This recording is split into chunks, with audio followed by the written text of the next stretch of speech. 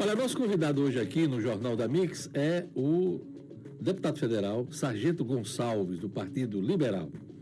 A bancada da direita, ligada ao ex-presidente Jair Bolsonaro, ainda pressiona pela aprovação da anistia ou por um projeto que alivia as penas já estabelecidas pelo Supremo Tribunal Federal aos envolvidos do 8 de janeiro. A gente vai conversar com ele também sobre eleições 2026. Bom dia, Sargento Gonçalves. Bom dia, Diógenes, bom dia a todos que ouvem a Rádio Mix. Satisfação estar aqui mais uma vez para poder falar com o povo. Perfeito. Vamos começar pela anistia. Vocês acreditam ainda que há clima, há condições políticas para se votar um projeto de anistia para o ex-presidente Jair Bolsonaro? Totalmente, né? É uma pauta prioritária nossa. Eu tenho dito que eu, particularmente, tenho colocado como uma prioridade, e se nós concluirmos essa legislatura sem aprovar a anistia de fato, o sentimento é que eu não cumpri a missão na íntegra, né? Então, é uma pauta prioritária hoje. Estamos falando não apenas do presidente Bolsonaro, mas de centenas, milhares de brasileiros que foram injustiçados. E aqui eu falo com sentimento, com espírito de um operador de segurança pública, de um policial que combateu o crime 18 anos, que vi muito criminoso, verdadeiros criminosos sair da delegacia primeiro que eu. Então é inadmissível, quando eu deito a cabeça no travesseiro, não conseguir lembrar de pessoas que ainda estão presas, pessoas que estão exiladas fora do Brasil, pessoas que estão sendo injustiçadas. Inclusive tem norte rio-grandense, né?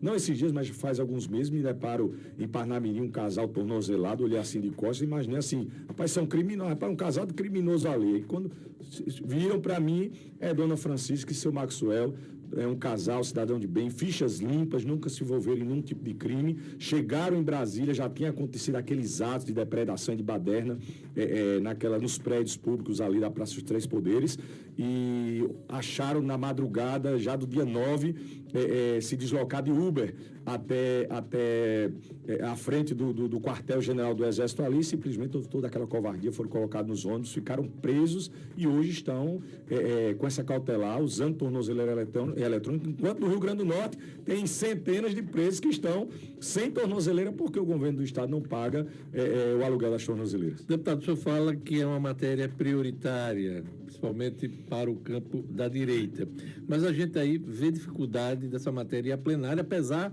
da urgência que foi aprovada na Câmara dos Deputados. Depois que o Senado barrou a questão da PEC da blindagem, parece que não há ambiente político, inclusive de levar ao plenário esse projeto, que já não é mais de anistia. Fala-se aí num projeto de dosimetria para mudar as penas e aí até beneficiar o ex-presidente. É isso mesmo? Está faltando ambiente político para votar de uma vez por toda essa matéria? Olha, a pauta anistia era um compromisso do presidente Hugo Mota. Nós votamos no presidente Hugo Mota com esse compromisso de ser pautada a anistia. E ele pautou. A urgência. Sim, a urgência. O mérito deve ser pautado, nada de dosimetria, não é constitucional. Dosimetria trata-se, é Poder Judiciário que trata disso, Congresso trata, é muito clara a Constituição, trata-se de anistia, inclusive ampla, geral e restrita. Então, para vocês é isso. O que interessa é anistia ampla, geral e restrita. Naturalmente, quantas vezes já houve anistia no Brasil, inclusive de criminosos, verdadeiros criminosos. Não podemos esquecer o passado da Dilma Rousseff, né, de tantos outros do espectro de esquerda que foram anistiados no passado por crimes gravíssimos praticados, crimes de sangue, assassinatos, sequestro de embaixadores, terrorismo, realmente terrorismo, explosão de bombas. E porque hoje não se concedeu anistia a pessoas que inclusive não era nem para ser anistia, era para ser anulação de processos, né? Tá sendo exposto aí todas as fraudes praticadas pelo ministro Alexandre Moraes, o Tagliaferro, ex-assessor do ministro Alexandre Moraes, tem exposto com provas as fraudes praticadas pelo ministro Alexandre Moraes. Então é algo muito grave e que, como corrigir uma gravidade dessa politicamente? Pautando uma anistia. É a forma como o poder político, como o Congresso Nacional tem como tentar sanar esse problema grave. Eu tenho dito, Diógenes, que não é uma pauta de direita, deve ser uma pauta de Brasil, porque eu creio que é uma pauta que vai pacificar politicamente o nosso país. Deputado, e antes de falar até sobre política de 2026, né, falando sobre o seu mandato atual como parlamentar, o senhor pauta muito na questão da segurança pública. E investir em segurança pública, ao seu ver, o governo do estado não vem fazendo isso? E como tem sido a sua atuação? Olha, eu costumo citar, tem alguns meses que o secretário Sarrubo, o secretário nacional de Segurança Pública, esteve aqui para entregar 14 milhões de reais ao Estado, juntamente com a governadora. Eu costumo dizer assim, a diferença no pensamento de segurança pública de um político de direita e de esquerda. Fátima e Sarrubo entregaram 14 milhões em câmeras de monitoramento, vídeo monitoramento, para monitorar a atuação policial. Essa é a prioridade do governo do Estado.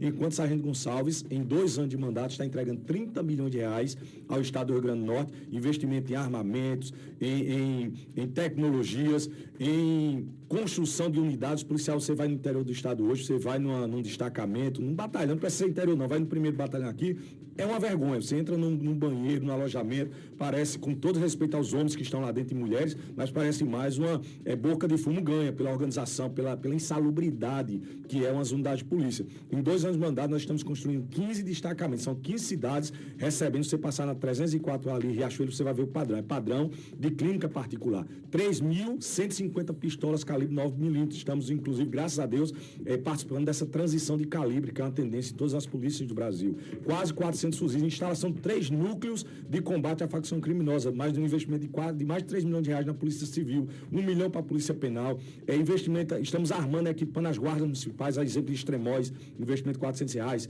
400 mil reais para São Gonçalo da Amarante, São José Mipibu, João Câmara, são 10 guardas municipais que nós já estamos atendendo. Então, assim, temos essa preocupação de fato, é nossa bandeira principal, a gente roda o Estado, é o anseio do povo, segurança pública e saúde, e é o que a gente tem buscado focar. O nosso mandato está focado nisso, inclusive investindo em clínicas de recuperação, porque eu costumo dizer, vagabundo tem que ser na pena, na bala, mas aquele cidadão que se envolveu, entrou nessa maldição, se envolveu com as drogas e quer uma oportunidade para se libertar, a gente tira a mão. É mão forte, mão amiga, como diz o lema do Exército Brasileiro. Então, investindo mais de 2 milhões de reais em clínicas de recuperação em várias cidades do estado. Eu vejo as clínicas de recuperação que a esquerda tanto combate e não querem, atuam de forma muito massiva para impedir, mas de fato eu conheço testemunhos vivos aí. Não é fácil, é difícil, mas de fato eu conheço testemunhos vivos de homens que eram envolvidos, mulheres, com drogas, e através de uma clínica de recuperação conseguiram se libertar dessa maldição que é a droga.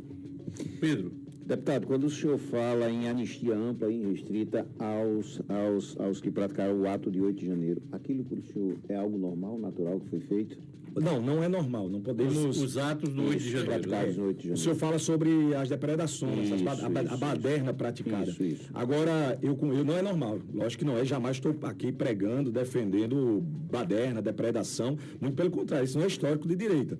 Todos os movimentos conservadores que você vê ali, por exemplo, em Natal, no Midway, vá lá depois e olha pelo menos se tem garrafa no chão, uma garrafa de água. Pessoal extremamente organizado, senhores, senhoras, idosos, crianças. Então, quando eu vi aqueles atos ali, eu imaginei assim, rapaz, eu não consigo imaginar que foram pessoas, de fato, conservadoras. O ex-presidente Bolsonaro, durante, inclusive, seu depoimento no julgamento do Supremo Tribunal Federal, disse que foi coisa de maluco. Aqueles malucos chegou a fazer essa menção. Foi coisa de maluco? Não, eu acho não sei se é coisa de maluco. Mas ele disse. Se ele disse. Ele disse. Agora o que eu vi, o que eu posso dizer, e Bolsonaro incluíram como fosse quem incitou esse tipo de atitude, o presidente Bolsonaro, por diversas vezes, deu declarações antes de ir para os Estados Unidos que nós não se equiparássemos à esquerda, que tivéssemos paciência, que 2026 estava logo ali, que tinha que ter controle, não podia agir fora da Constituição. O presidente sempre pregou agir dentro das 4 linhas, né? Agora eu pergunto, qual o sujeito que fica preso no Brasil por depredação, por baderna, por ameaça?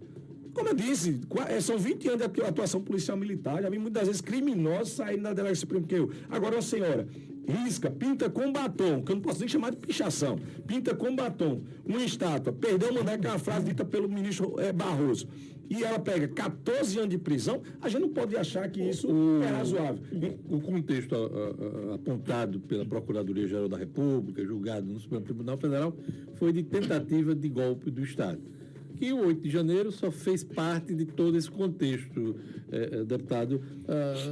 Para o senhor, houve tentativa de golpe naquela... Eu vou responder com as palavras do ministro Múcio, que é o ministro de Defesa do Luiz Inácio Lula da Silva. Golpe tem que ter forças armadas, golpe tem que ter armas, golpe tem que ter toda uma articulação, golpe com batom, golpe com bíblias. Né?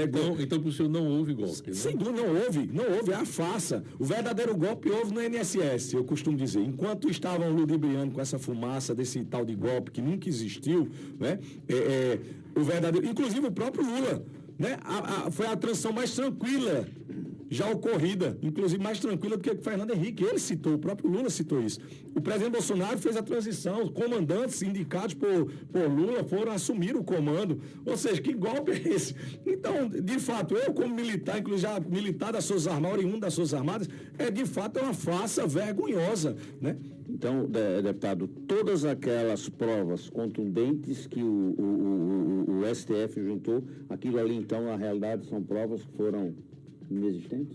Não sei quais as provas que eles apresentam. Quais as provas? Vídeos, quais as provas? A minuta do Google? Tudo. A minuta do Google? Olha, a gente tem que rasgar a Constituição. O artigo 142 fala em intervenção militar. É interessante não tem muito tempo que eu tratei na tribuna da Câmara. Vieram tomar, o STF veio ter uma decisão, uma opinião formada, uma súmula, não chegou nem a ser súmula vinculante, sobre o artigo 142, já nesse período de turbulência. Ou seja, o próprio STF não tinha uma definição realmente de o que seria aquele artigo 142. Nós temos na Constituição o que chama Estado de Sítio e Estado de Defesa. Então é possível o presidente, agora com todo o rito legal, como ele sempre dá dentro das 4 linhas, se ele tinha de fato uma minuta de Estado de Sítio, um Estado de Defesa, isso não é golpe. Ou então rasga a Constituição. Então, rasga a Constituição. Então, de fato, não há. E é o que tem acontecido agora com o Felipe Martins, eu acho que os senhores têm acompanhado. Felipe Martins, Estados Unidos, de forma muito clara lá, houve fraude nesse processo. Quiseram dizer que o garoto lá, que o cidadão entrou sem ter entrado nos Estados Unidos, inclusive a participação dele em uma reunião lá, já está aprovada a falsificação da assinatura do Sargento Gomes, né, da entrada numa reunião no dia 18 de novembro, 18 de dezembro, do Felipe Martins nessa reunião. Veja a gravidade, a gente está tratando aqui de fraudes processuais. E olha, quem está falando isso chama-se Tagliaferro, que era braço direito do ministro Alexandre de Moraes no TSE. Então, assim, enquanto tudo isso está acontecendo, aí foi o verdadeiro golpe. Lá em 2022, aplicado pelo ministro Alexandre de Moraes, ao SAID lá através de John Biden, né, interferindo, a verdadeira interferência do governo americano no Brasil, não é agora com Trump. Foi lá em 2022, quando, através do SAID, financiaram, infelizmente, esses atos antidemocráticos lá em 2022, interferindo nas eleições. Deputado, o ex-presidente Bolsonaro está inelegível, já estava, né, com a decisão do Tribunal Superior Eleitoral, agora condenado, prestes inclusive a cumprir pena, talvez até a partir de novembro. Como é que vai ficar o bolsonarismo sem a presença física de Jair Bolsonaro, tendo em vista as eleições de 2026? Olha, Sargento Gonçalves, eu acredito muito de que nós teremos o presidente Bolsonaro nas eleições em 2026. É mesmo? O senhor sente isso para valer mesmo? Sinto com toda convicção. Com toda convicção. Primeiro que eu não posso trair minha fé. Então, creio muito nisso. E não podemos esquecer a realidade do presidente que está hoje sentado na cadeira, Luiz Inácio Lula da Silva, que era condenado por corrupção em várias instâncias, por vários juízes, e hoje é presidente da República. Então, acredito muito que o presidente é o nosso nome. Mas para o ano que vem, você acredita que o nome de Bolsonaro vai estar na urna? Sim, e eu acredito muito que aqueles que têm apostado diferente vão dar com os burros na água, com a cara na parede. Aqueles que se dizem de direita, mas que já ficam flertando, ficam fazendo apostas, né, como que já pisando no caixão do presidente Jair Bolsonaro, eu acredito que vão dar com os burros na água. Então quer dizer que o seu grupo político, o senhor faz parte do grupo do ex-presidente, não discute alternativas a Bolsonaro nas eleições de 2026, quando o assunto é eleição presidencial?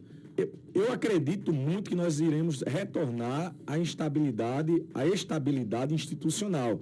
Então, 26 sem Bolsonaro é golpe. Então, eu quero acreditar que até o ano que vem, até as eleições de 26, nós teremos de volta a estabilidade institucional. Iremos, se Deus quiser, conseguir pautar, votar e aprovar a anistia ampla, geral e restrita, consequentemente, o presidente de volta ao jogo. E caso Bolsonaro não esteja na urna, quais são as alternativas?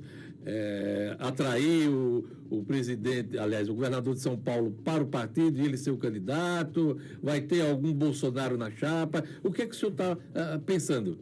Diógenes, eu tenho 3 opções para 2026 para a presidência da República: Jair, Messias, Bolsonaro. Então, eu não trabalho hoje outra possibilidade. Se tem alguém dentro do partido... O senhor não quer nem discutir, então? Não discuto. Como eu disse, são 3 opções para mim: é Jair, Messias ou Bolsonaro. Então não tem outra opção. Essa é a minha visão, essa é a visão da bancada que realmente, de fato, é de direita, é conservadora no Congresso, na Câmara Federal. Deputado, como é que o senhor vê hoje a atuação do filho do presidente Eduardo Bolsonaro nos Estados Unidos em relação ao Brasil? Eduardo, principalmente com esse tarifaço que chegou. Esse tarifaço foi político ou econômico? Secretários dos Estados Unidos têm deixado muito claro quem é a culpa, né? A culpa é do ministro Alexandre de Moraes, né? Um violador de direitos humanos, né? Nós temos que pensar muito sobre isso. Ou eu, como polícia, se eu botar um criminoso, eu pegar um sujeito, um vagabundo, que roubou uma senhora, que estrupou, que matou, se eu não garantir a ele direitos constitucionais, né? Se eu colocar uma senhora, um homem e uma mulher, um casal de criminosos, na mesma guarnição, dentro de um xadrez, tenho certeza que eu vou perder a farda.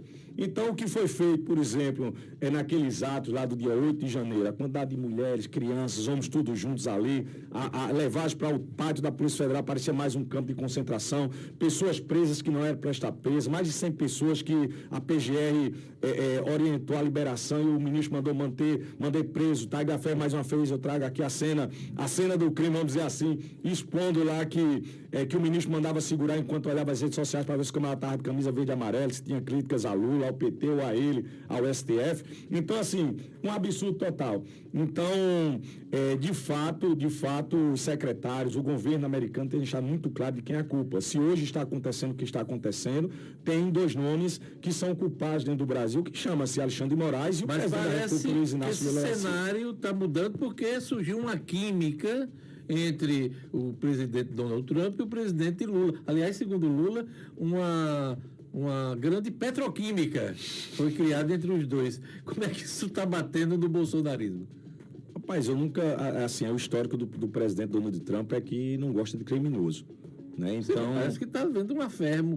Se houve química, ontem foi o amor está no ar entre os dois. O presidente Trump é um grande líder, é um grande articulador político, naturalmente ele age, e eu acho que dá para perceber com a forma como ele tem atuado aqui em relação à América Latina. Né? Eu acredito que está bem maduro, então já cai. Né? E Maduro caindo, muito provavelmente o Foro de São Paulo também cai, que até esses dias Lula negava que existia. O senhor então acha que o Donald Trump está armando uma arapuca para o Lula? Não é arapuca, né? Mas ele naturalmente ele precisa tratar. Lula hoje é o presidente do Brasil, é um líder do governo e do Estado, e então ele precisa tratar com ele. Então, mas que a reunião ontem do Rubio, né, com Marco Rubio com e o Mauro Vieira, ficou muito claro o posicionamento do governo americano. Né? E qual é esse posicionamento claro? Há uma necessidade de se retornar à estabilidade institucional no país, há a necessidade de se respeitar direitos humanos, né? A violação de direitos humanos tem sido praticada pelo ministro Alexandre de Moraes e, naturalmente, pelos ministros que estão na corte por omissão. Então, o ministro Fux tem deixado isso muito claro. Então, há essa necessidade para, de repente, para os Estados Unidos tratar realmente sobre essas pautas econômicas, que, naturalmente, tem a ver, sim, também com a pauta política. Eu só tenho 2 minutinhos, eu queria saber sobre Rogério Marinho, é o pré-candidato do PL nas eleições de 2026, há alternativas a Rogério se ele não for candidato, vai ser Álvaro Dias, eu queria saber sua opinião. Olha, Diógenes, o senador se colocou como pré-candidato ao governo do Estado. Desde o momento que ele se colocou, naturalmente, nós começamos a defender o nome do senador, Rogério, que nos honra no Senado Federal como líder da oposição. É o nosso presidente do partido aqui, secretário nacional do PL.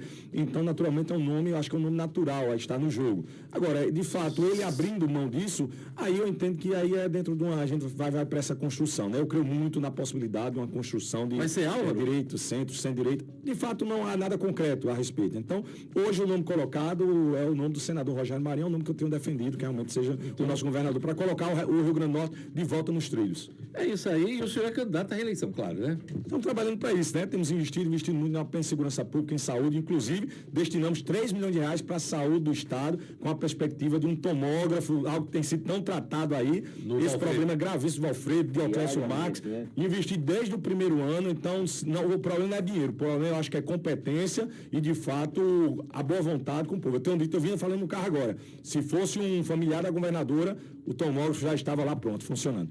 Eu queria agradecer a presença aqui no nosso programa do deputado federal Sargento Gonçalves, do Partido Liberal.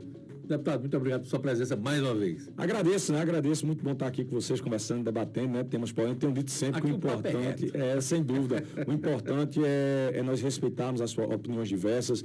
É importante demais a democracia, a liberdade. Eu tenho defendido com muita dedicação isso, Diógenes. Liberdade de expressão é algo muito sério que precisa ser defendido por todo cidadão de bem brasileiro. E aqui o nosso papel é esse, né, Pedro? Pedro, bom final de semana para você. Bom final de semana de hoje, Sargento Gonçalves, muito obrigado pela sua participação. também. Duda, muito obrigado, um grande abraço a todos.